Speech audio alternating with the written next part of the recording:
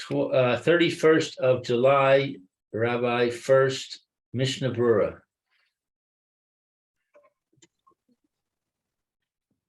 Good morning, again. This is Rabbi Shlomo Furst here at Shiva Shamanavshi here in Shrine Care Zoom. This is our second share in the morning. We are in the Mishna Berura, Hilchos Tisha B'Av, Siman Tav Kuf Nun Aleph, and we will begin. Again, we started this. We'll begin with Sif Yud. Sif Yud. Mayor, would you like to read first? Sif Yud. You bet. As soon as I find it. Okay, no problem. Tav Kuf Nun Aleph. Sif Yud. There. Oh, there's Yud. Oh, okay. Okay, so it says, Yesh mi omer, Shenoagim shelo le'echol basar, Bayamim hanizkarim, mutarim, B'tavshil shenit bashel basar. Okay, so what some say, what that it's nohagim, a practice, I guess. They don't eat meat on the day of these days that have been mentioned, meaning either the Shmush or Chalboy. That's from according to the Sephardim, that's the week that Tisha B'Av falls in. According to the Ashkenazim, the Rosh Chodesh Av. So those are the days that were mentioned. So those that were accustomed not to eat meat on those days that we mentioned previously. Okay. So, but mutarim b'tavshil shenit bashel bo basar. But it's permitted to eat the meat that's been cooked. But a certain recipe that was cooked with meat, meaning not eating the meat itself, but let's say you stewed, let's say you roasted, you made a roast with potatoes, carrots, and onions. So those potatoes, carrots, and onions, theoretically, they're not really meat. Right? They're really potatoes, carrots, and onions. But that's called a tabshil of basar. Since it was cooked with basar, it takes the in certain aspects the legal ramifications and criteria of being meat. But in terms of the custom not to eat meat, according to this, we'll see what the lamaisa, what it is, Ramon mentioned. But strictly speaking, it's not like eating meat. When you eat your potato, it was cooked. You also you have a potato from your children, right? The potato's not meat, right? If you would eat that potato by itself, what bracha would you make on it? Adama, I would think. And meat gets a bracha of she'akol, right? Oh, yeah. So you see, the potato is not meat, right? Mm-hmm. So what, you make a stew with meat and all those other vegetables, and then you remove the meat, and then you can eat the stew?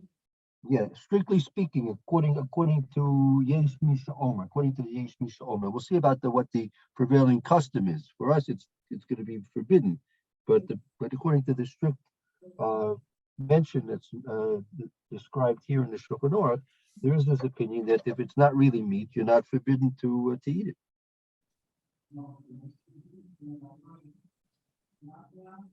There are questions if you eat that potato, whether you have to wait 6 hours or not as well, right? If you make what? About between meat and milk, right? If you eat that potato, there's questions whether you really have to wait. The mice, for us, we do wait 6 hours. If you eat a potato from your children, from your roast stew, then we wait 6 hours. But that's not the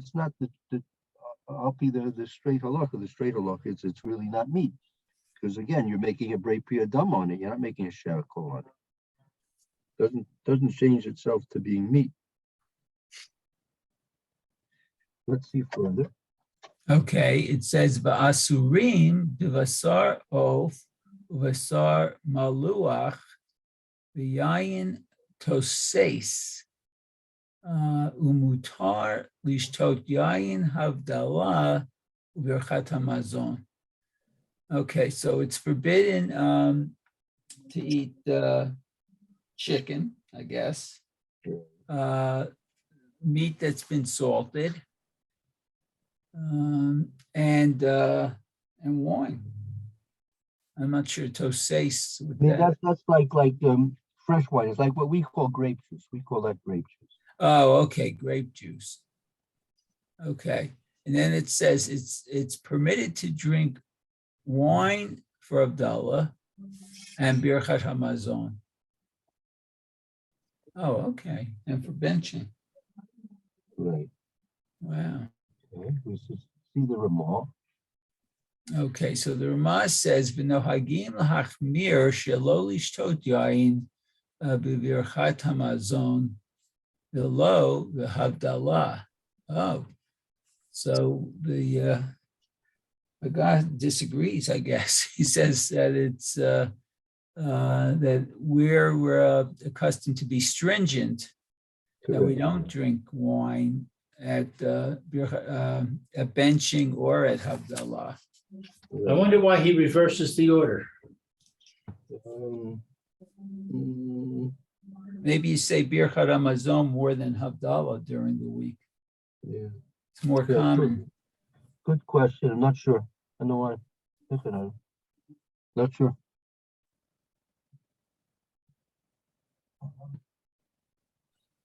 Okay, let's follow the.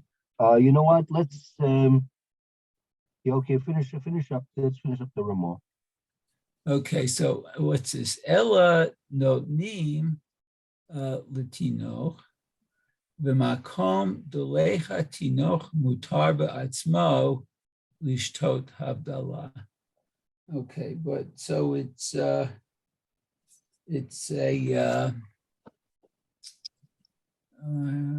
For Abdallah, so the custom is you give it to a child to drink the. oh, okay, you give it to a child. It's permitted for himself. Okay, to drink for Havdalah. Okay, and No child. Right, and if there's no child, so then you can drink it yourself. oh, okay. So what's the Sudat mitzvah, for example, a bris milah, a pidyon ben, and a siyum on a tractate of Gemara, I guess. Sudat erusin. Oh, and come the meals after a wedding. Right. Well, they're used as engagement. So the engagement. Oh, that's engaged. The meal at the for engagement. Ochlim. Okay, they eat meat. V'shotimya, and they can eat drink wine. Kol ha-shayachim l'suda. What, all who come to that meal? Right. Okay. That meal can eat meat and drink wine. Okay. Aval yesh l'tzim sein. Okay. Let's see. But what those who are tzimtzem is fasting. There's to limit the you should limit the guests in terms of only those people who are really involved and really deserve to be there. Right? Oh, okay.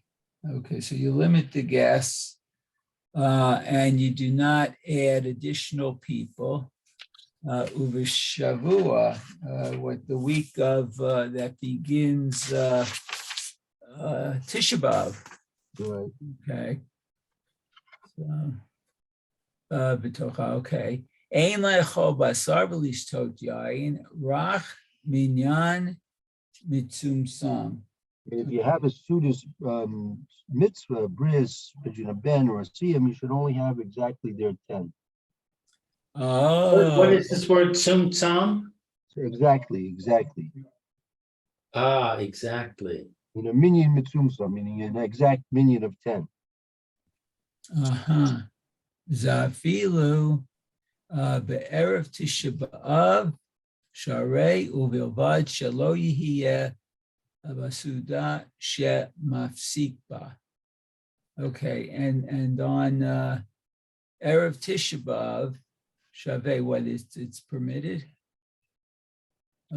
only if Right. Only. Sharei is means proper. No, sorry, to permit. The Erev Tisha B'Av is permissible, right?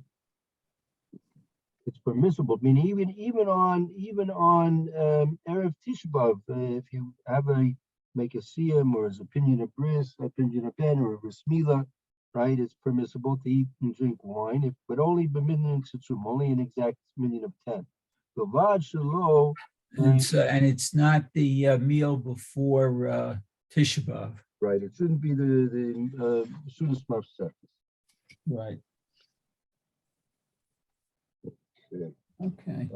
Let's see the Mishna Berura slowly and surely. Let's see what we begin with. Mishna Berura. Right.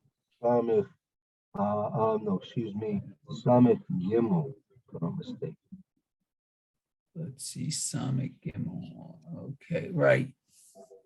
Okay, Samech Gimel. Mutarim b'tavshil. Okay, so let's see, Mutarim b'tavshil. So it's permitted to eat the cooked dish. Okay. Aval shuman shel basar dino k'basar atzmo v'asur le'echol tavshil sheyesh bo shuman. Okay. But if it has, let's see, the fat of meat, okay, the law is that the meat itself, and it's forbidden, okay, to eat. But that's what we were just discussing, I think, right? To eat the cooked dish that has the fat of meat in it. Okay. Wait a second. It says, but with fat of meat, the law is that only the meat itself you can't eat. No, so that's something else. So the fat of meat has the legal status of meat itself.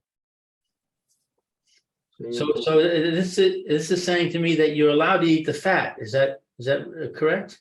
No, the fat has the same status of meat itself, which would be forbidden. Oh, it's like the meat itself. I see. Yeah, that's right. Can't have any leftover cholent today. No. Oh man. Oh boy. Okay. The ha'ina. In this sense, the word basar applies equally to chicken, correct? Yes, that's what we saw that in the Machaber. Yeah, we saw that. Basar off is the same halakhic status as meat itself, right?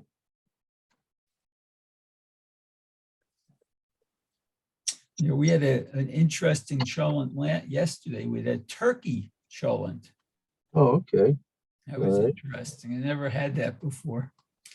Okay, the ha'idna nihigei alma le'esor af tafshil kol basar. Okay, and today we have the practice that is forbidden to have a dish of that has meat in it. I guess that's cooked with meat.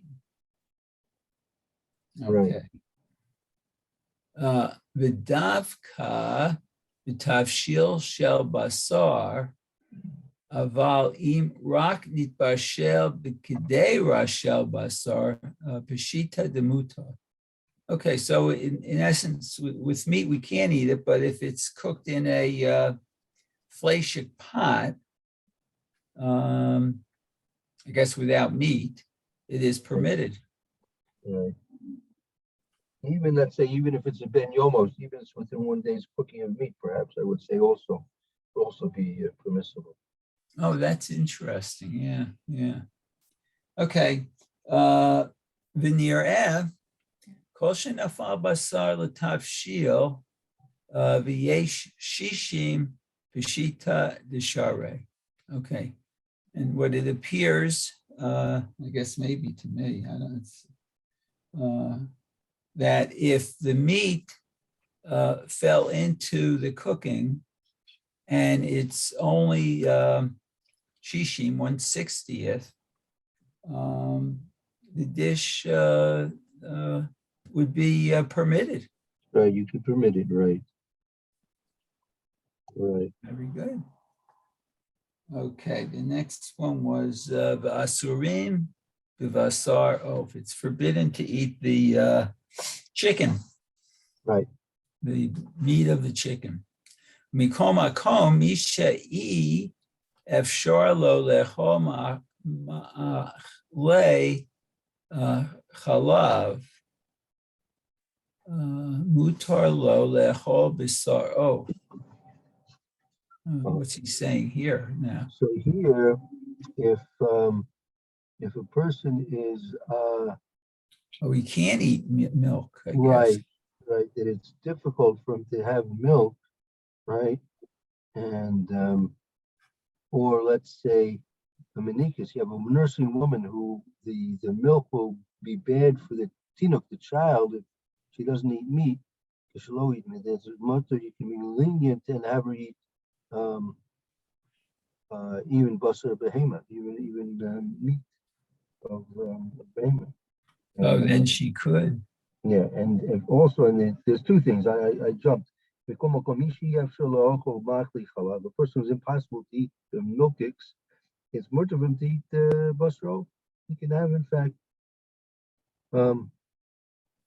meat of fowl or basar maluk. More if there was a salted meat. Oh, okay. Umineket shechalav ra l'tanok k'sheina ochelet basar. Okay, and if I guess if the nursing is what, bad for the baby? If she wouldn't eat meat, it's bad for the baby. Oh, okay.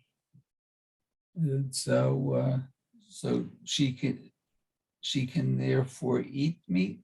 Yep, she can go ahead and eat meat if necessary. Okay. Yeah, yesh lahakel. So we are. Oh, okay. So we're lenient about the eating of meat. Okay, very good. Samik hay, uvasar maluach. This is salted meat. Afilu mizman merubeh. So even if it's for a long time, demikol makom itbe simcha kitzat. Yeah, even if it's salted meat and salted even for a long time, nevertheless, since it's melted meat, there is some simcha involved with eating it. Uh-huh. Okay. And toses, we said that was juice that fermented or something? Well, it hasn't been fermented yet. Oh, it hasn't been. So it's just juice. Okay. Let's say it's just juice.